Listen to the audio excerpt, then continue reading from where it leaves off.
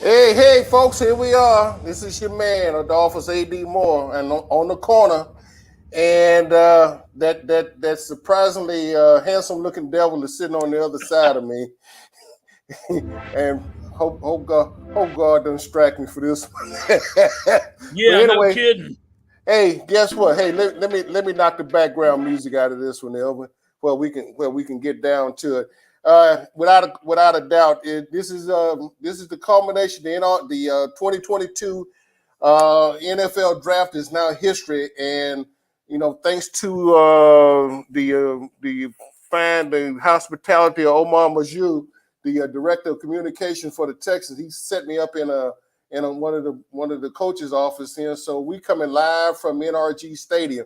This stadium looks rather strange, man. No field, nothing out on the field. You're just looking at barren. I'm going Yep. like then when it's full, it's like it's a whole total different circumstances. But Absolutely. anyway, that guy that's sitting on the other side of me is a good friend of Elvin Henderson with Gilmer Mirror. Elvin, before we even get started about the whole NFL draft, we're gonna run it down because I'm gonna sort of let you handle what happened to the Cowboys since you're up on that end anyway. But you went to the draft for the first night in Vegas. Tell everybody what's going on. What was the circumstances and how did everything turn out? You were there for the first night. Just give everybody a quick rundown, a flavor of what happened in Vegas. Yeah, it was really interesting. Before COVID hit, the plan had been for the 2020 draft to be in Vegas, and different to what they ended up doing, they were going to have the red carpet go all the way to the back end of the fountains at Bellagio, right there next to the hotel and casino. And the plan originally was to bring the drafted players in on a boat, and they would walk the red carpet and get their hug from commission, all that stuff. But when COVID hit, they started looking at logistics and every other thing imaginable. And of course, as everyone remembers, in 2020, the commissioner was actually in his basement doing all the picks. So kind of strange that we had in 2020. And of course, last year, they couldn't have it in Vegas last year because it had already been assigned to Nashville. So they said, okay, Vegas gets it in 2022. I went to a press conference where they talked about all of that. And they said that looking at logistics and various and sundry other things, they decided that it was not feasible to do that. So they had the red carpet stage about a quarter of the way back from the Las Vegas Boulevard side of the fountains at Bellagio. They walked the red carpet, went up on that stage Thursday afternoon before the draft began, and then they used golf carts to ferry those 20 young men who walked the red carpet over to where the draft theater was.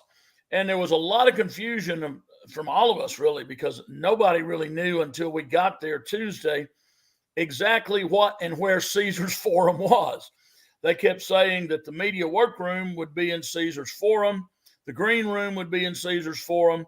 They had built the draft theater back behind the High Roller, which is, of course, behind the Link Hotel and Casino. Those of you that might not have been to Vegas in quite a few years, used to be the Imperial Palace.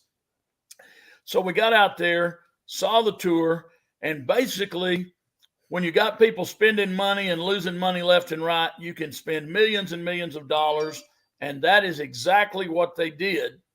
And Caesars built the most immaculate building I don't think that I have ever seen for a conference center. And literally, they built a temporary stage across to the draft theater. And as an athlete's name was called, they walked back behind the stage through that red carpet area and came in from the back to be presented their jersey and, the hug from the commissioner and all of that. So Right. It was a tremendous, tremendous job that the NFL did of putting this together. Considering everything they fought, there was over 1 million square feet for the fan experience. They had various and sundry NFL things like you would see at the NFL fan experience for Super Bowl, just not quite as grande a nature of it. Right. Helmets from all of the teams, a locker from each one of the teams, showing what a specific player from each team's locker looked like on game day so the fans could get that feel. The Hall of Fame had a presentation. Tiffany and Company had worked with the Hall of Fame to do some, basically, I would call it between an aqua and a turquoise football that they made just for the Hall of Fame. It was really nice. Then they had a lot of merchandise booths set up where fans could buy draft merchandise. And then, of course, food and beverage all throughout. They had a 100-yard field where kids could run up and down the field. You could kick a field goal with the NFL one pass. And I got to give the NFL credit. You know, they probably could have charged for this and made a lot of money, and they've made a lot of money on this type thing in the past. Right. But because of COVID, they allowed everyone to attend free.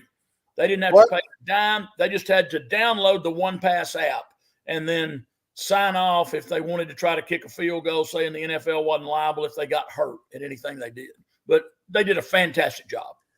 So the folks that was able there for all of that, they basically got there. They had to pay their way there in the obviously room, but for the NFL didn't charge a head to get in? No, didn't charge them a cent. Oh, okay. Well, trust me, that'll be a nice big fat write-off for them. And that's the cynic side of it. So, you know, let's not be too cynical. You know, let's give them credit what credit, like you said, let's give credit what credit's due. They let them in for the NFL experience. And so next year is where? Next year is going to be in Kansas City. And then 2024 is going to be in Detroit. When is it coming back south? I mean, like Dallas, Houston. I don't think Dallas AD is going to get it for quite a while. What we were told, because the question came up in I attended about 4 different press conferences talking about everything. But what we were told in the one at the draft theater, this was just inside the draft theater, and we went to that press conference on Tuesday afternoon late. They told us that the plan is to rotate and hold the draft in every NFL city. So since Dallas has already had it once, you're not going to see it in Dallas for quite a while. I don't know if they're working in any particular order. They're not doing it alphabetically because obviously we had Nashville and now we're in Vegas and Kansas City. So, you know, they're not doing anything as far as in alphabetical order. I guess the higher ups are making that decision. Who, what, when, where, and why. Yeah, I wonder if is it a bid process or something like that, or is it whoever? I don't know. I'm just sort of thinking out loud, trying to think. I'm trying to think like an NFL owner, and I drive a Chevrolet. So anyway, well, I don't think I don't think it's a bid process, but we were told that it takes 2 years, and that's the reason they plan it 2 years out. It takes 2 years to get all the logistics because obviously you've got to work with the police department of that city. You've got to work with the Convention and Visitors Bureau. There's a lot of pieces that have to come together. And that NFL experience, they said it was the same in Nashville last year. I did not go to Nashville last year, but it was over 1 million square feet in the fan experience area. Now, you've been to Vegas covering other events. Considering the other events that you've been in Vegas and covered, how do you rank this? Where do you rank this at? As far as it's over the top. Without a doubt. Without a doubt. Okay. All right. Hey, tell you what. I mean, obviously we on here, but I wanted the folks to on the corner to get a taste of what it is you are out there. You know, the thing about it, by being on the West Coast, you know, because initially I was trying to think about my draft show. I would want to probably think about trying to after that initial day, but the timing by being there and then wanting to get you on, so it just didn't work out. And then plus you were flying out the next day, so I just sit there and say, heck with it. Let's do a wrap up. You'll be back home. So here we are. We're back home. So let's do a quick rundown. I'm gonna just do a quick rundown on the Texans draft. First one right out the back, that number 3 pick, Derek Stingley Jr., the cornerback out of LSU. The Texans moved down in the draft, and he moved down and took Kenyon Green, guard, Texas A&M. And what you're going to notice, there's a strong flavor of the SEC about the Texans draft, and it's something that Nick Casares alluded to earlier. Thursday night when you start talking about, well, let's face it, when you start talking about the quality of players and the level of football, when you start talking about the SEC, then you start comparing it to the rest, and when you start looking at where the championships and who all has been in there, and let's face it, when you look at the players that, particularly what Alabama had, it's been like a coronation of Alabama with their championship, and then you turn around and look at Georgia since this year, and you look at the number of players that they've turned out. But moving on, and then the third and the second player, the third player, Jalen Petrie, the safety out of Baylor. When they picked him, I just sort of wrote in my notes, Justin Reed. I wrote that right in my notes as I said, okay, here was the. And if you start, there's a theme to this draft. I mean, they pick for need, but to me, and I thought they had a quality pick. Them not a player, in my opinion, and I said this earlier today on another show out of Buffalo, John Mechie the third, wide receiver, Alabama. If this kid hadn't had an ACL injury, this kid had a first round draft tag on him, no doubt about it. I think that just like that, the Ohio State players receivers went back to back. Alabama could have very well had two receivers going in the first round, and the only reason that this particular kid didn't is because of the simple fact that, hey, he had the ACL injury, and we got a chance to talk to him, and in his interview, in his presser with us, he stated he's back running and everything, and the fact that he said he'd be ready to go come July. However, Nick Casario pumped the brakes on that.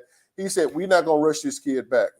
He said, even though their medical staff and everything cleared him and everything, and, he's back and everything, Nick said, we're not going to rush him back. And one of the questions I asked him, in fact, one of the last questions for last night, I asked Nick about how much it was an influence that Nick Saban in that conversation with him, particularly about John Mechie, and he was so effusive in his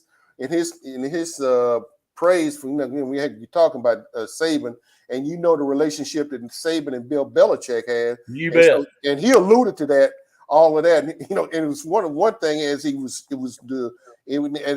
alluding to all the factors that went in and how Nick's conversation. He said one thing about it: when you get Nick on the phone, you don't waste his time.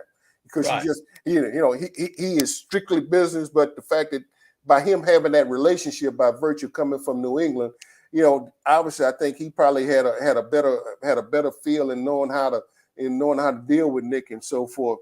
Moving on, Christian Harris, linebacker, out of and to me, I think this is going to be he eventually will be the wheel linebacker on the Texans, because I think he sort of fits that mold. What Lovey likes to bring on the wheel side is fast, rangy, can go from sideline to sideline. I guess if there's a knock, then all these players have minuses.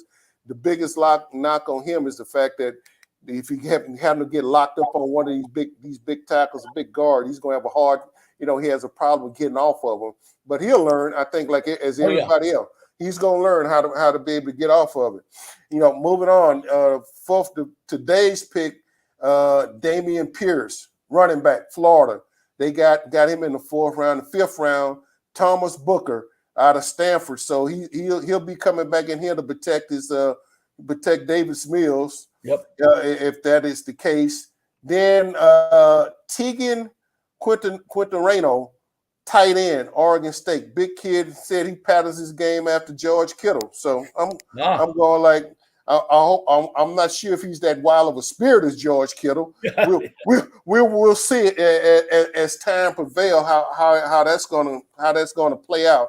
And last but not least, here's a kid that's got a chance to come back home, a Sci-Fi High School Bobcat, Austin DeCulis, tackle, LSU, big 6'5", he was a 205th pick, and all he got to do is drive back across I-10 and Right. he's back home. So that's the Texans draft pick all in a nutshell. And again, I'm just high on the kid John Mechie, because of the fact that they got a burner, they got a receiver, and he's not a body catcher, he's a hand catcher.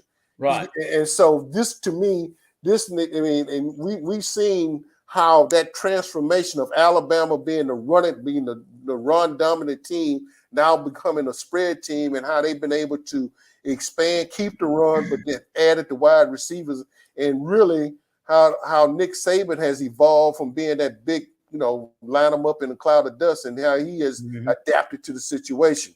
You're up in the East Texas there, and I know you've covered the Cowboys in the past. You want to give us a rundown on the Cowboys? I mean, I know some of them, but I'm gonna give you the floor and just let you give us a rundown on the Cowboy picks. Because be candid with you, what I'm hearing, a whole lot of folks not too enamored with some of the selections of the Cowboys. No, true. In fact, a lot of them are saying there's some reach on their part. But hey, floor is yours. What do you got? Okay, well, first off, I want to run back to the first pick of the Texans and just mention this real quickly for folks that don't know. Derek Stingley's granddad. Yep.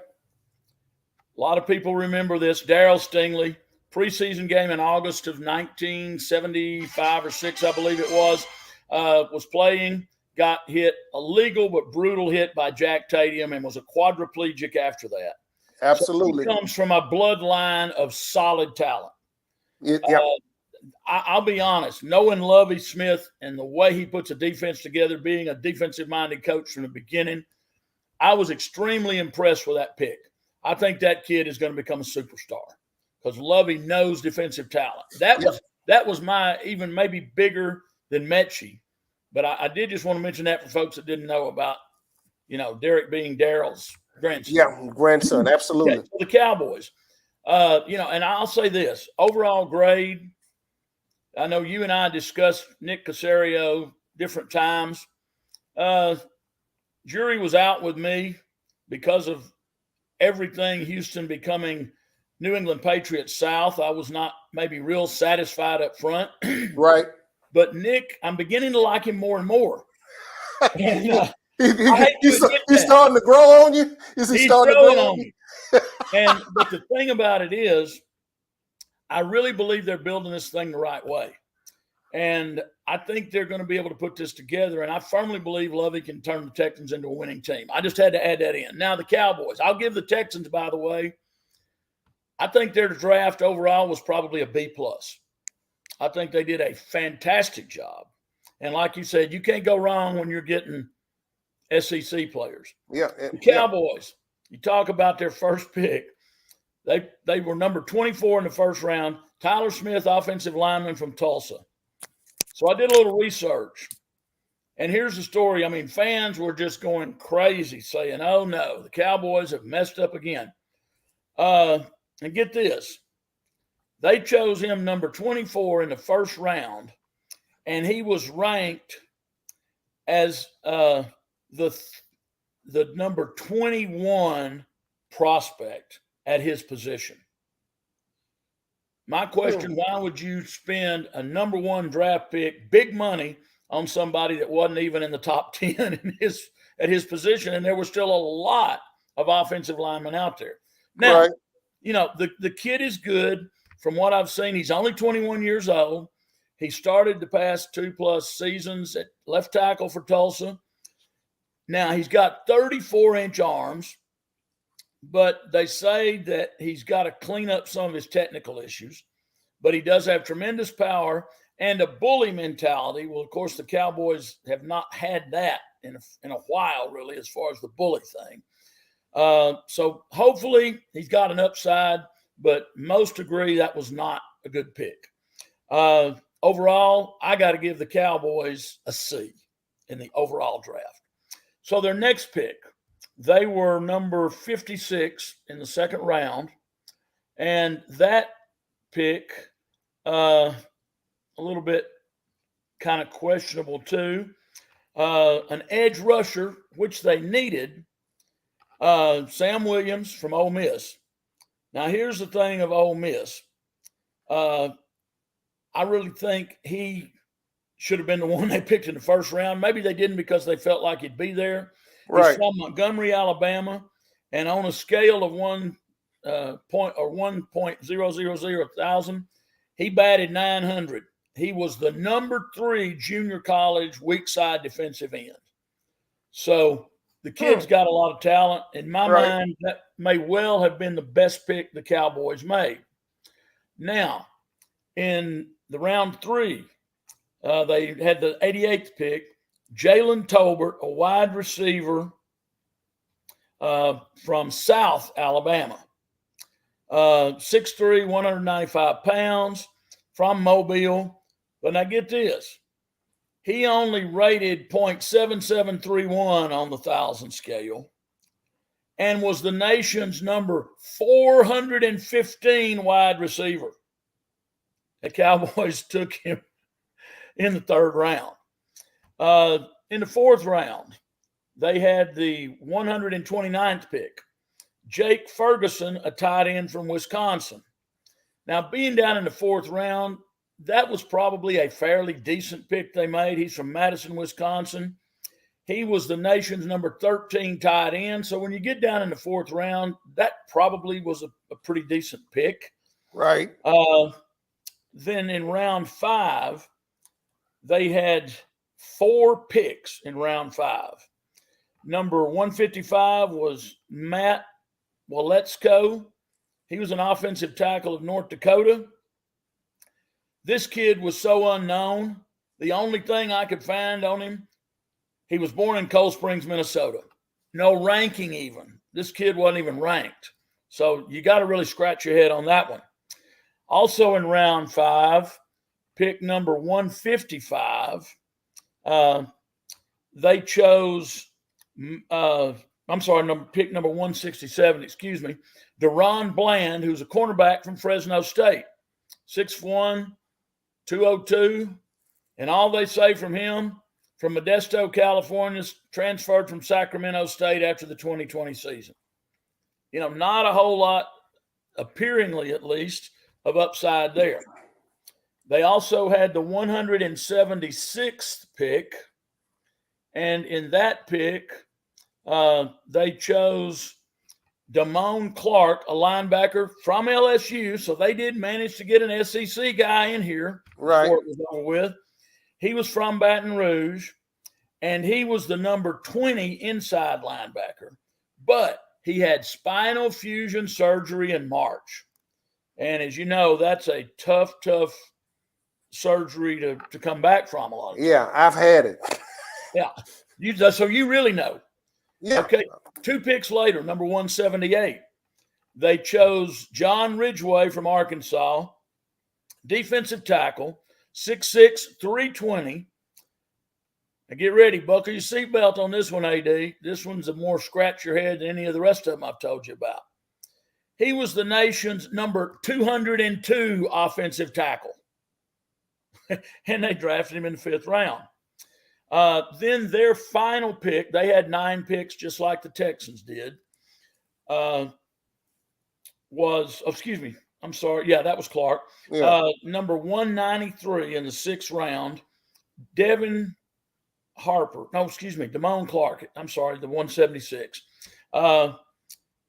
He was the LSU linebacker, number 20. I mentioned him a moment ago. I had some of these out of order. My apology. And their last one was number 193 in the 6th round, Devin Harper, a linebacker from Oklahoma State.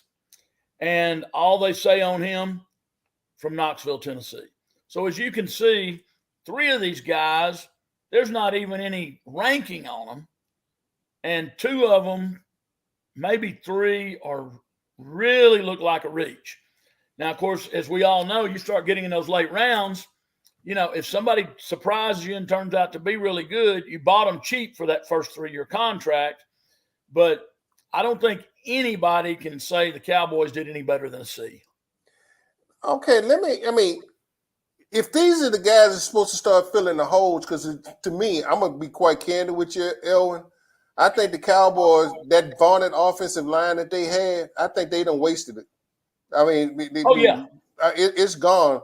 And Yeah. so, yes, when they selected all those, when they had a chance to really make a run for it, I don't think they took advantage of the opportunity. I really don't. It's kind of funny. I'm sitting here looking at some of my comments from some of our listeners, and to a person, not too many, they said, what remaining holes do the Cowboys have? Eric Lampkins do to have on their roster?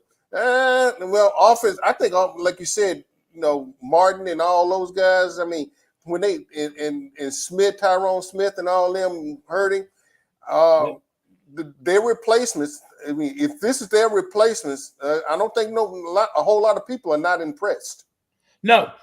And again, the two guys you mentioned, Tyron Smith and Zach Martin, they're, as the old saying goes, they're on the wrong side of 30. They're at the end of their career. You mentioned Eric Lampkins. I just got to throw this in. He is one of three gentlemen that I met the first day of the draft in the media workroom that were across from me. Okay. And they are students at USC. Had a chance to visit with those guys, and they are sports journalism majors. So really enjoyed visiting with those guys. Eric, glad you were able to tune in. Oh, well, hey, Eric, thank you very much. I appreciate y'all guys jumping on. Like I said, be on the lookout. Hell, oh, by the way, if I didn't tell folks, we're not on my AdMax Corner YouTube. We're actually on the Houston Roundballs platform this week. Chris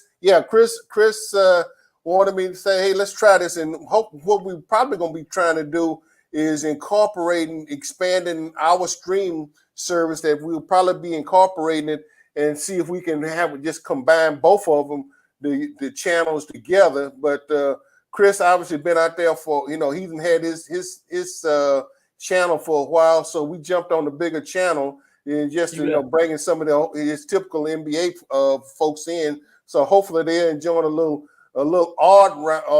oblong ball as opposed to the round ball that is normally getting discussed over here. But Eric, I appreciate it, and he had Adrian Herndon there. He his comments, he didn't like the picks either, but he said if you want to pick apart with technique, guys are good, but what is it? Good and a great run blocker, which is what the Dallas Cowboys need. They had good run blockers. They had great run blockers. Oh yeah. I mean, I guess my issue with this is the fact that you didn't get nothing for it. You don't have nothing to show for it. Yeah, you got a running back now that's probably on the others with a couple of injuries now that will he be able to come back and be that dominant running back again? I think once they start having those issues and start getting nicked up, man, the way how the NFL is, not for long, and particularly for that position at the running back issue. So, hey, like I said, guys, hey, appreciate it. Thank y'all for listening. As we, like I said, Elvin, I appreciate it. We get ready to get toward the end, because I'm gonna hopefully may walk back out there and say Nick Casario didn't get started because I'd already set the program time to come on. So I just told Nick I had listened to him a couple of previous nights, so had a pretty good, decent feel for where the Texans were going. As I mentioned earlier, they got a strong SEC feel to it. In fact, by my count, they got about 2 out of the Pac-10, 1 out of the Big 12. Let's see, 1 out of I think 1 ACC and 5 out of the SEC. And we see that, I've got it all added up right. So hey, at least we know what they're planning to do, and and would you say trying to add a grade. Normally, what we normally say, you and I have covered this league a long time. Normally what they say is it takes a couple of years to see this thing prove out. If it's right. Here's the situation now. Patience is not a virtue anymore for these ideas. So if you look at it now, I think there are several. I mean, because one of the questions that was asked about Kenyon Green is with Titus Howard. Now, what's the disposition of Titus Howard, moving in or moving out? Would Titus go back? And then all of a sudden now, I look at the kid they bringing in, Austin the Clueless. He's coming back home. he's a big tackle, about 6'5", about 300 and some pounds. And so he played predominantly at the right tackle, and he sort of had that high. He was on the team that won the national championship, and all of a sudden now he went from the high to the outhouse he went from the in to the high house to the outhouse, and now he's back. So I think that one of the traits that I think Nick and Lovey and all of them were looking for, they're looking for kids that can win, but they're looking for kids that had highs and had lows, and then they want to see they want to see kids that's got, I guess, more mentally tough than anything, because they know it's easy everybody likes a winner. It's easy for us, all of us, that we cheer the winners. But when you losing and you steady getting your head kicked in, and you going out day in and day out, man, I tell you, it's kind of tough, man. When you go, so they looking for some mentally tough kids, and we know how tough and how demanding this particular game is. So yes, so anyway, man, and like I said, Adrian is keep bringing us up, man. He said, hey, well, what is another good idea? Well, a good idea would be to plug Tyler Smith at guard. Remember, Zach Martin was drafted as a tackle and converted. Yep, that's true. That's a good point. That's a great point. But and as far as the Texans are concerned, there's been a knock on Titus Howard that at the left guard spot. But you remember when Titus moved out to the left tackle after Larry Tunsil didn't come back. Titus got rated real high. I mean, yes. And so to me, if Larry Tunsil doesn't work out, I have no issues of wanting to stick Titus Howard at that left tackle spot, and then let these other kids, man, come on and see if they want to take the right tackle spot. But there's some hole. There's not as many holes there to fill as there could be. So the Texans, we're gonna see. We're gonna wait and see. So as I stated, do we have 2 years to wait? I don't think so. No. The patience of waiting 2 years. I mean, it's not there anymore. And I think that you got to see some progress. You done had 2 years of 4 and 12, 4-12 running. Well, so now I think the fact that do they really believe in Davis Mills? We're gonna find out. We're going to find out real quick. And so given the weapons with Pep Hamilton now with the OC, and we know Pep is going to be able to. They're going to run the football. Lovey wants to run the football. We understand that. Because if you're running the football, you're controlling the clock, and you're not exposing your defense. But the thing about it, when we need to have quick strike capabilities, that's going to be an issue. And I think that's where the John Mechie, if he can get on the field, I think he can give us that deep ball threat. And you got Brandon Cooks there, who is going to give Mills, give him a security blanket in there as well. So the pieces are starting to come together. They are. In my opinion, I think when you look at it at the end of the day, you got 32 teams that have covered themselves effusively in praise. Everybody's feeling good right now. But guess what? Let's the true cynic in us come out, and we've seen enough drafts to come and go. The fact that that's all fine and dandy, but guess what? These kids now got to learn the basic level of how to be a pro 101. Yep. And when you and I both know that's not an easy lesson for not at all. Especially when you get ready to put the amount of money in these kids' hands now. Not to say that some of them have been used to it or whatever the case, but the fact that now they having more free time. You are now a professional. You don't have to worry about going to class. You don't have to worry about doing any of that. Your job is to be a professional athlete, and now we're going to see can they measure the test and whatever. Elwin, final points with you, man. Before I appreciate it, and I want to thank the Eric Lampkins II. I want to thank Adrian Herndon. For jumping on and guys, we appreciate it. Don't forget to come back this way during the season. We'll be popping in and out. once the training camp started on OTAs. You know, I sort of look at OTAs about watching paint dry, but that's part of the process. That's part of the process. It is. So we'll be popping in and out. And obviously, once the season gets started, because Texans training camp won't get, actual training camp will get started the last week in July. So we'll be prepared to once they lay it on for good. Then you and I will be going back and forth, and I'm pretty sure that with the schedule that I know I'll be coming. That'll be one road trip. That's not really a road trip going to Dallas. Right. When the Texans will play up there. So I'll figure out another road trip to play. So it's going to be interesting, man. This season coming up, but like I said, not to suffer fool's goals at all. But I like this pick. I like these picks that Nick has put together. I do too. I do too. And I've got all the confidence in the world in Lovie Smith based on what he's done in the past as a head coach in the NFL and what he did when he was assistant head coaches in his positions and defensive coordinators. Lovie brings more to the table, honestly, in my opinion, than any coach the Houston Texans have ever had. But like you said, the real problem is the McNair family and the fans expect to see some immediate improvement. I think Lovie can turn the corner with them. And call me crazy, but I honestly think with a little bit of luck and the way that defense turned around and started moving forward last year and knowing how focused on defense Lovie is, with a little luck, I think they could go 8-9 or 9-8. If they go 9-8, Lovie ought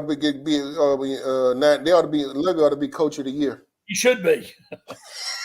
You said you had another question for me a while ago. Yeah, but I'm old, man. I'm trying to remember. I didn't have my Prevagen this morning, man. Oh, no problem.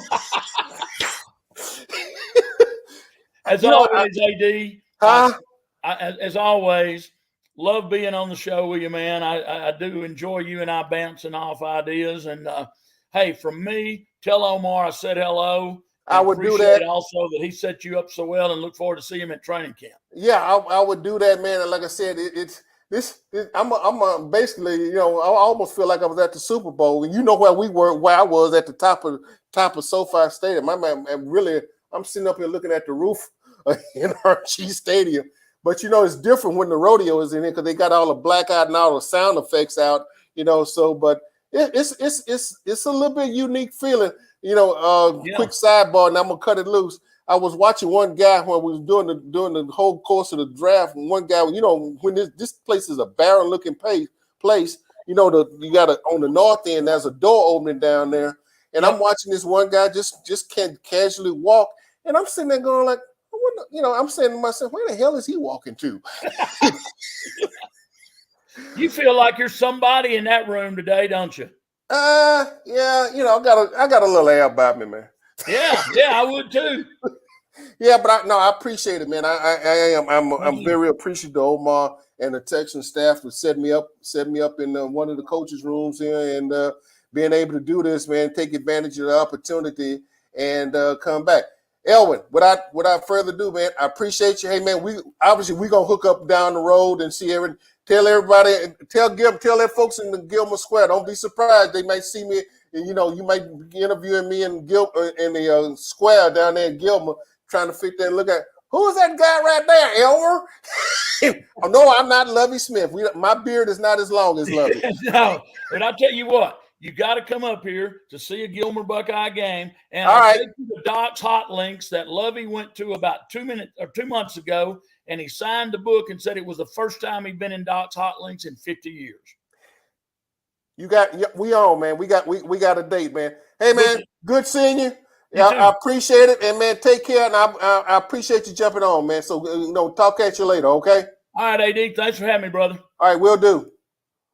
All right, folks, as we get ready to wrap this thing up, appreciate you all jumping in. Hey, guys, Adrian, Eric, I appreciate y'all. Hey, good luck on your futures and your careers. Elwin told me you guys are into sports journalism and everything. Hey, good luck. I mean, like I said, there are no shortcuts, but hey, man, reach out to us, whatever we can do to help you out, and whatever, if you're ever in the city here, feel free, man, to reach out to us. You know, we're willing to reach out and extend a hand to you guys, and good luck to you out there. And anything we can do, we'll be more than happy to help you.